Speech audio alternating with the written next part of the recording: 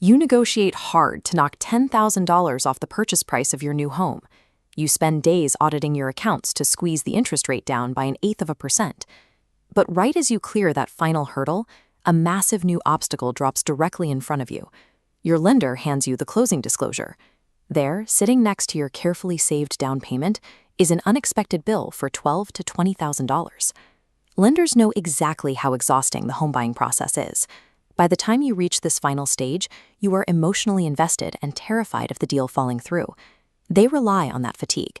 They expect you to simply skim the numbers, sigh, and sign the paperwork. These final documents house a collection of administrative fees, taxes, and service charges that can easily eclipse the value of the home price reduction you fought so hard to secure. By federal law, within 3 business days of receiving your mortgage application, your lender must provide you with a standardized 3-page document called a loan estimate. Skip straight to page 2. Because every lender in the United States uses this exact layout, it prevents banks from hiding their profit margins behind creative marketing. The law divides these charges into strict tolerance categories. A tolerance category explicitly caps exactly how much a specific fee is legally allowed to increase between the day you get the estimate and the day you close. This diagram shows the required cash for a typical $400,000 home purchase. You have the total loan amount, your $20,000 down payment, and a surprisingly large block right next to it, $15,000 entirely dedicated to closing costs. Once you break down the form line by line, you can systematically separate the mandatory government taxes from the lender's negotiable profit margins. You do not need to fight every single line item on the document. To avoid burnout, we use a simple return on investment framework to figure out which fees to attack. This chart evaluates fees on 2 metrics. The vertical axis measures financial impact to your wallet. The horizontal axis measures the effort required to negotiate. Look at origination charges. It lands squarely in the upper left quadrant: high financial impact, moderate effort. These charges live in box A on your loan estimate. This is the zero tolerance zone. The total in this box cannot increase by a single penny at closing. If the lender makes a mistake, they pay the difference.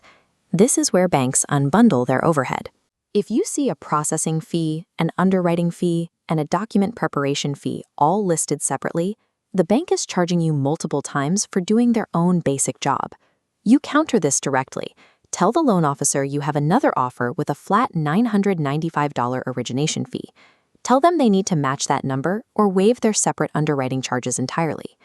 Taking on box A requires a direct conversation, but it efficiently wipes out thousands of dollars in pure bank profit with a single email. This updated chart shows third-party services you can choose yourself. Box C drops into the best quadrant, massive savings for very little effort. Compare that with Box G, government taxes and prepayments. This lands in the worst quadrant, zero financial leverage, massive cash drain. Most buyers default to using the title company recommended by their lender in Box C. Lenders recommend these specific companies because they have corporate partnerships in place, not because they offer competitive pricing. Take 10 minutes to call a few highly rated independent title companies in your local area. By securing your own quotes for escrow and title services, you bypass the lender's markup entirely. When you hit Box G, you hit a brick wall. This section contains the escrow buffer, and the bank does not control local tax rates or insurance premiums. To protect their collateral, the lender forces you to prepay 2 to 6 months of property taxes and homeowners insurance up front. They use this cash to seed an escrow account so they know those bills will be paid. Do not waste your emotional energy arguing with a loan officer over municipal property taxes. Direct that time towards Box C, where a single phone call can easily save you $2,000. Let's say you successfully strip out the junk fees, but you look at the remaining legitimate costs and realize you simply do not have the upfront liquid cash to pay them. You have a strategic escape hatch built into the mortgage market called a lender credit, also known as a yield spread premium. On the left, taking a 6.25% rate means paying $5,000 out of pocket today. On the right, accepting a slightly higher 6.5% rate means the bank gives you a $5,000 credit to wipe out those closing costs.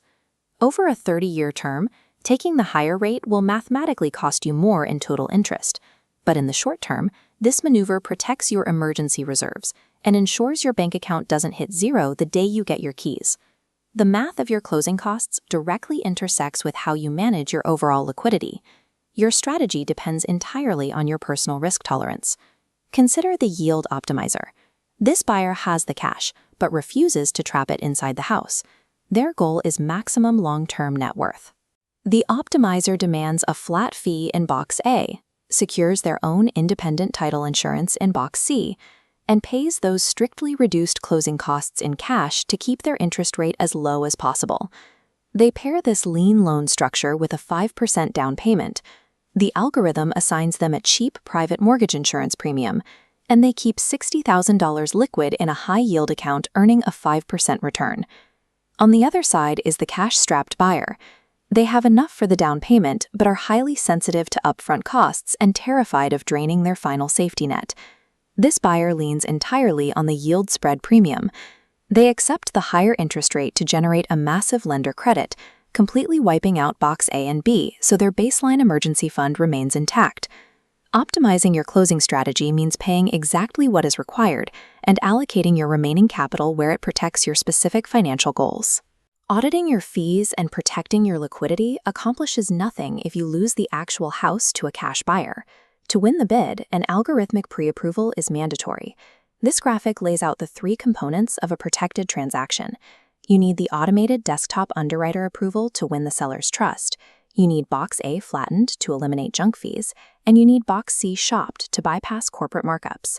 Lenders count on the fact that most borrowers are too exhausted to audit the lighter and their final hours of a 30-day transaction. Weaponizing the loan estimate and fighting the high-leverage battles ensures your liquidity stays in your own accounts, rather than being absorbed into the bank's overhead.